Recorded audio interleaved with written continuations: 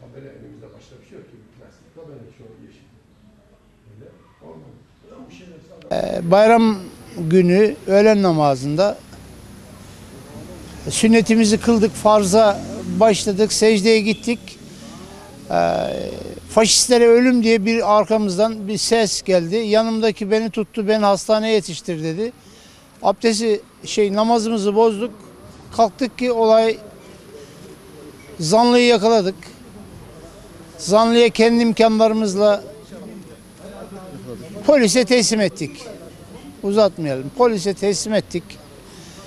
Ondan sonra sakinlerimizden bir tane şehit verdik. 2 tane komalık yaralımız vardı. Biri bugün taburcu oldu. Biri de yatıyor hastanede henüz daha. Böbreğini aldılar.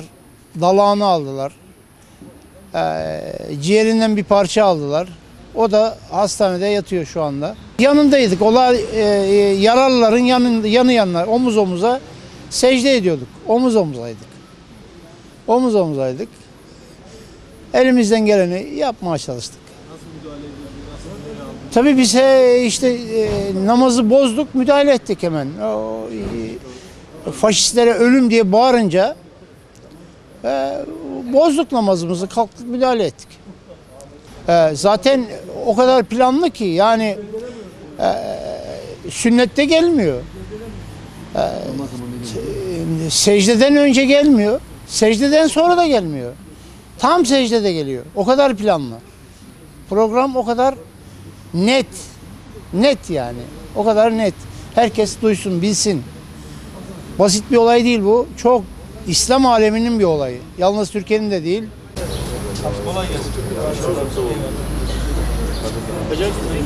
Namaza geldik, sünneti kıldık.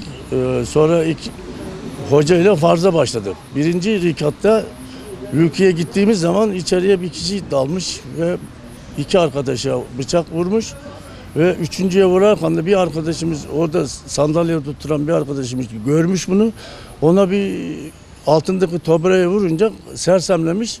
Ve bıçak bir arkadaşı, 3. arkadaşın sırtında kalmış ve kaçmış. Ondan sonra da cemaat namazı bozdu ve fırladı.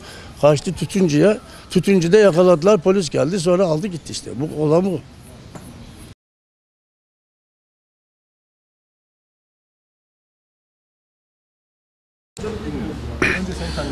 Bayramın 1. gün öğlen vakti namazdaydık. Sünnetleri kıldık, fazla durduk. Benim solumda 3 arkadaş solumdaydı. Biz 5. saftaydık.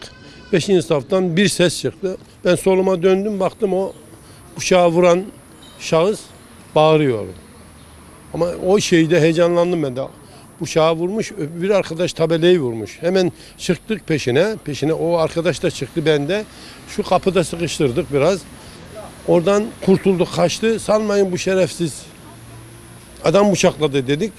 Oradan yürüdü. Ben o arada hastanede olan yaralı arkadaş kapının önündeydi. Ona da bakmadım ben. Onu yakalayalım, kaçırmayalım diye. Oradan karşı dükkana girdi. Orada işte vatandaşlar geldi, çıkardık. Kimisi ambulaja telefon etti. Kimisi polisi aradık. Geldi, ambalajda geldi, ambulansta geldi ve polis de geldi.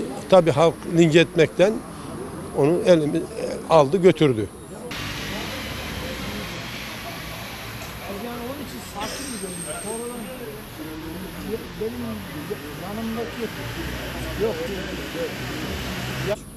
Hemen öğlen namazı vakti yakındı. Ezan okundu, camiye girdik. Her şey normal, gayet normaldi. Bayram 1. günü. Sessiz bir ortamdı. Namaz sünnetimizi kıldık. Farz namazına başladığımızda ben en o saf aldım. Safa tuttum namaz için. Normal farz namazına başladı. 1. rekatın yattığım ilk secdesinden tekrar yekinirken, kalkarken çok büyük bir gürültü geldi. Yani böyle ayak sesi, tapır tupur böyle bir ses geldi o sonra. Daha sonra benim duyduğum kelime şu diye hatırlıyorum. İstanbul faşizm veya faşist gibi. Yani öyle bir kelime, yani cümle duydum böyle bağırarak o sonra. Daha sonra bir gürültü oldu. Mecbur namazı bozduk cemaat olarak hep beraber o sonra. Tekrar geriye döndük baktık. 2 kişi vardı bıçaklı olan, yaralı olan. Bir tane abinin sırtında böyle siyah sablı böyle bir şey var, büyük bir bıçak vardı üstünde. Şehit olan da Hüseyin abi yan tarafında yatıyordu. O da artık kanlar içinde kalmıştı, o da artık onun içinde. Ben olayın şokuyla ben dışarı çıktım. Dışarı çıkarken üçüncü bir kişi vardı, Şaban abi bizim. O da burada esnaf olan o sonra. Baktım onun sırtında bayağı yarası var sırtında. Onu tutup dışarı çıkarttık. Yatmasını ve ona bizim yardımcı olmamızı söyledik ona. Kapıya çıkınca ben hemen baktım duruma çok ciddi 112'yi aradım. 112 acil servisi aradım. 112 acil servisi aramamla beraber 5-10 dakika içinde ambulans geldi. Tabii olay çok sıcak olduğu için şey vardı. Şahıs kaçmış karşı esnafa doğru. Bütün cemaat de böyle hücum etmişti onun üstüne doğru.